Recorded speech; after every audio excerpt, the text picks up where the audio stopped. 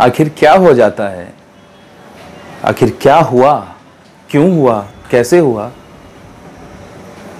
कि रातों रात सबको जला दिया जाता है। उनके घर वालों को देखने की इजाज़त नहीं दी जाती है, दिखाया नहीं जाता है। क्यों, आखिर ऐसा क्यों? कोई सवाल पूछने वाला नहीं है। कब तक देश की बेटियों के साथ अन्याय होता रहेगा? मुझे नहीं पता कि मेरे इस कहने से, मेरे आवाज़ उठाने से क्या होने वाला, और मैं ये भी नहीं कह रहा कि मैंने आवाज़ उठाई है इस बसीरत ऑनलाइन मीडिया के ज़रिए तो मैंने बहुत बड़ा कोई कमाल कर दिया है। ये सवाल है हम सब के लिए, हम सब देश के नागरिक हैं। आखिर कब तक माँ बहनें सुरक्षित नहीं रहेंगी? ये दिल का दर्द है जो हम सबको समझना चाहिए। ये किसी और के साथ भी हो सकता है और हो रहा है। कब तक हम खामोश रहेंगे? कब तक हम यूं ही खामोश रहेंगे? हम क्यों ऐसा समाज नहीं बनाना चाहते जहां माँ बहनें सभी सुरक्षित रहे? मैं पहले भी कहा करता था कि धर्म के आईने से अगर आप नेता अपने लीडर को सेलेक्ट करेंगे, आप उसके फैन बनेंगे, अंधभक्त बनेंगे, तो शायद यही होगा कि इंसाफ का कत्ल होगा और नाइंसाफ़ी राज करेगा। ये उन सब चीज़ों का असर है, उसी का असर है कि आज देश में क्राइम बढ़ता जा रहा है और रेप जैसी घिनौनी घटना जिसे सोचकर रोम रोम कांप उठता है।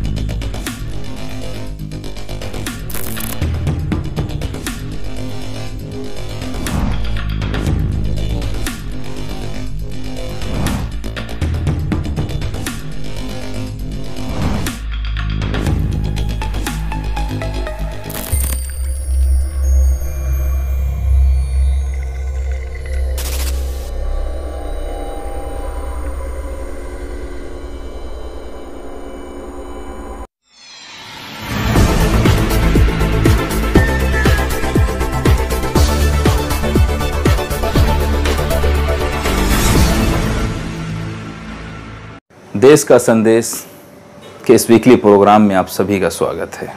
मैं आपका होस्ट और दोस्त तारिक अनवर रहमानी। मीडिया चार्म और फार्म के बीच में फंसा हुआ था अब तक। देश में बहुत सारे मुद्दे अब भी हैं जिस पर आवाज़ उठाना चाहिए, जिसके लिए लड़ना चाहिए।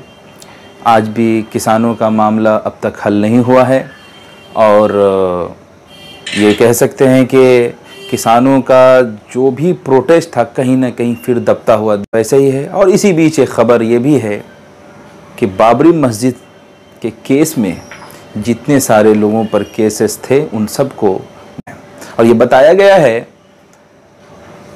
कि इन लोगों ने कभी ऐसा कुछ किया ही नहीं है।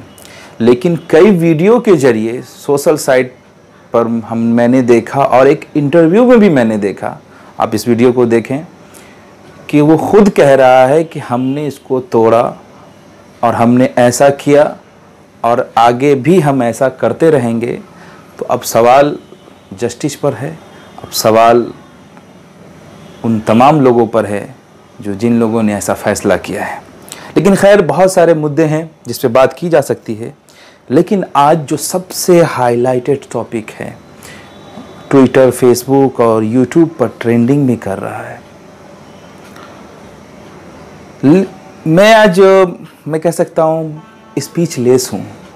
आई have no word to express my feeling actually. मेरे पास अल्फाज नहीं हैं कि मैं कैसे इसको बोलूँ और कहाँ से वो शब्द लाऊं जो मेरे दिल में जो दर्द है, जो मैं महसूस कर रहा हूँ। और उम्मीद करता हूँ कि हर भारतीय इस चीज़ को महसूस कर रहा होगा। जो कोई इंसान है जिसके सीने में धड़कता हुआ दिल है, वो हर कोई इस चीज़ को समझ रहा होगा, इस दर्द को महसूस कर रहा होगा। जी हाँ, मैं रेप केस की बात कर रहा हूँ। ये कोई नई घटना नहीं है।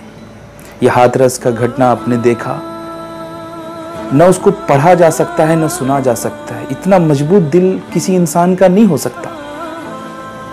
उस दरिंदों ने सामूहिक बलात्कार किया और साथ ही साथ बलात्कार उसने उसकी ज़बान को काट दिया, उसने उसकी रीढ़ की हड्डी को तोड़ दिया, बोलने लायक नहीं छोड़ा। और वो देश की बेटी लड़ती रही, आखिरी सांस तक लड़ती रही, जिंदगी के लिए तरसती रही।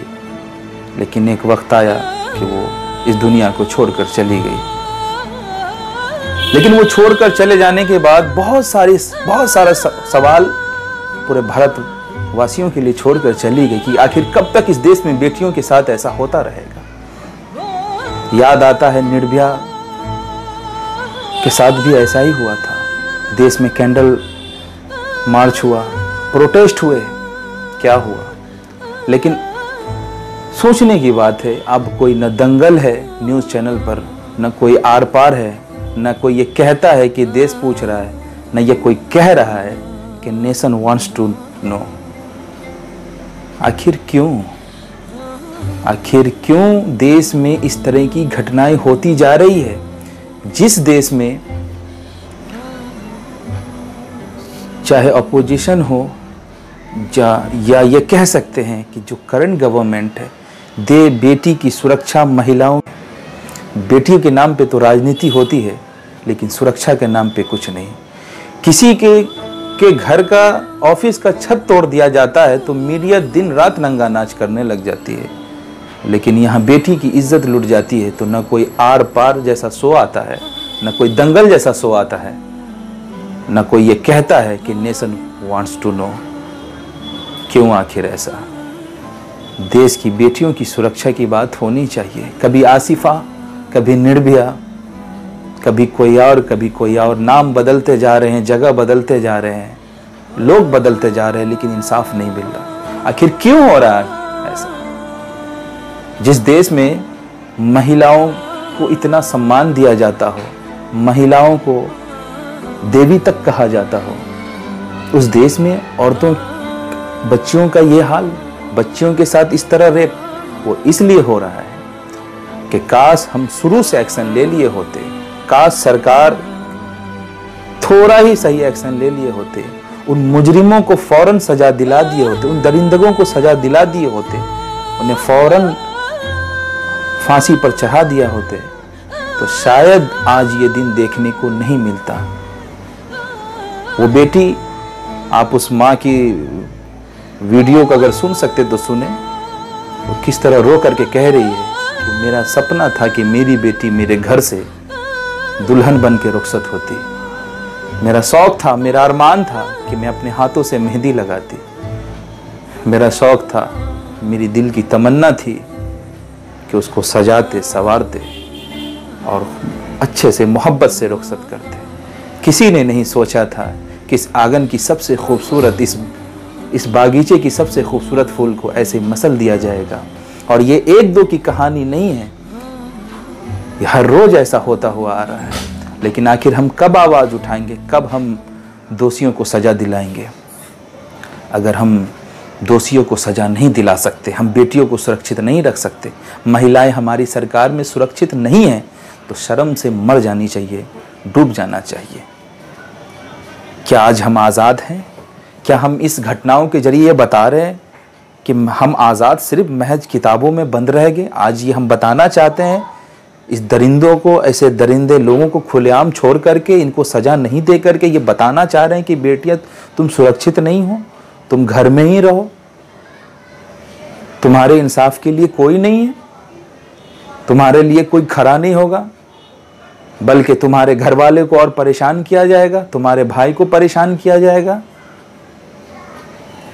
हम चाहते हैं हमारी बेटी को घर तक ले जाया जाए। हमारे जो हिंदू नियम है, हमें हल्दी वगैरह लगानी होती है, हम अपनी बेटी को हल्दी वगैरह लगा के हमारी आखिरी बच्ची की विदाई है। हम लौट के तो दोबारा नहीं आएगी। हम अपनी बच्ची की अपने घर से ही दरवाजे से ही विदाई करना चाहते हैं।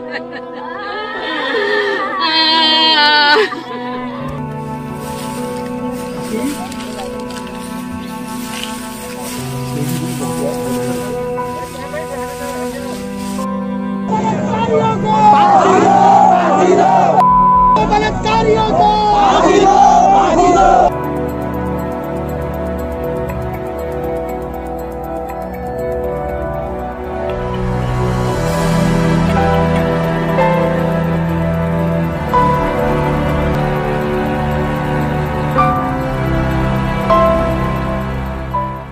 मेरी बहन के साथ एक गैंग रेप हुआ है।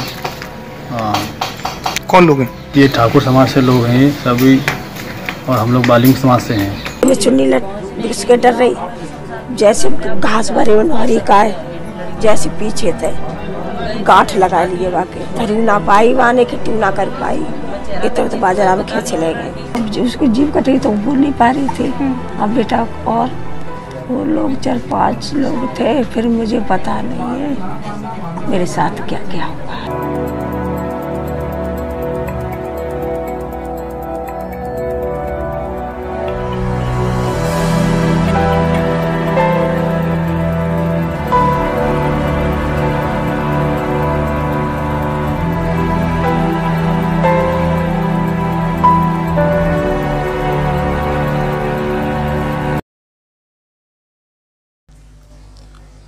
हाथरस विपक्ष दिखाया नहीं जाता या दिखता ही नहीं है।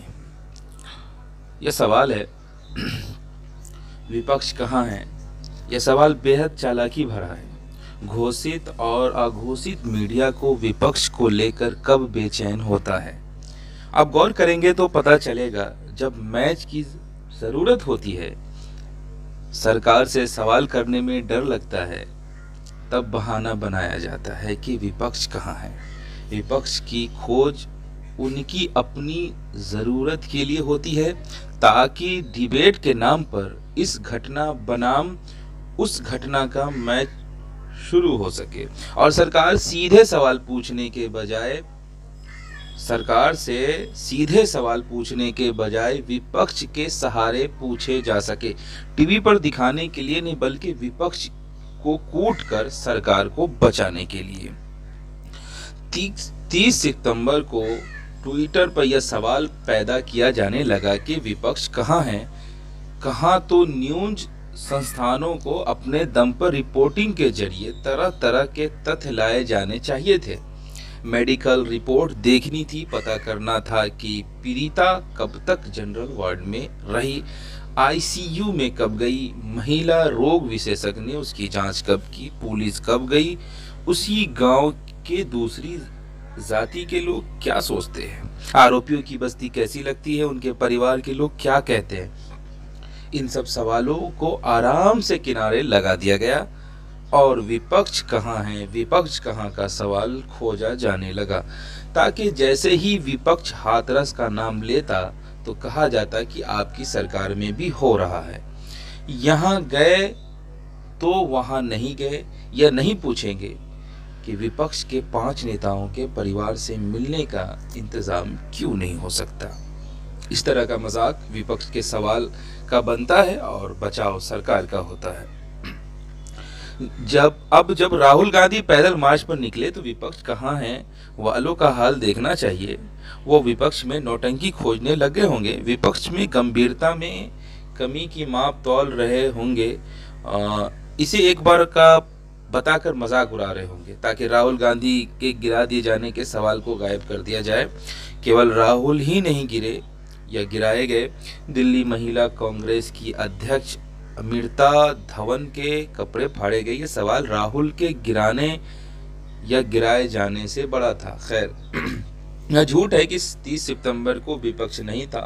सपा के ही कोई नेता पीड़िता के परिवार से मिलने गए थे, नहीं मिलने दिया गया। आम आदमी पार्टी ने भी प्रदर्शन किया। यूपी के कई जिलों में सपा और कांग्रेस के नेताओं ने भी प्रदर्शन किया था। लाठियां खाई थी। हिरासत में लिए गए राहुल और प्रियंका पर भी प्राथमिकी दर्ज हुई। बसपा का नेता नहीं है कि पार्टी के कार्यकर्ताओं ने सड़क पर प्रदर्शन किया या नहीं, लेकिन ऐसा नहीं था कि विपक्ष नहीं था। विपक्ष को दिखाया नहीं जाता है, विपक्ष को दिखाया नहीं जाता है। आप विपक्ष को भी देखना चाहते हैं या नहीं? घोषित अघोषित गोदी मीडिया को पता है कि यह सवाल आपके मन में है। मीडिया की चोरी पकड़ी जाए इसके पहले वो सवाल पैदा कर देते हैं कि विपक्ष कहाँ है। जैसे वो तो दिखाने के लिए बैठा है, बस विपक्ष नहीं दिख रहा है।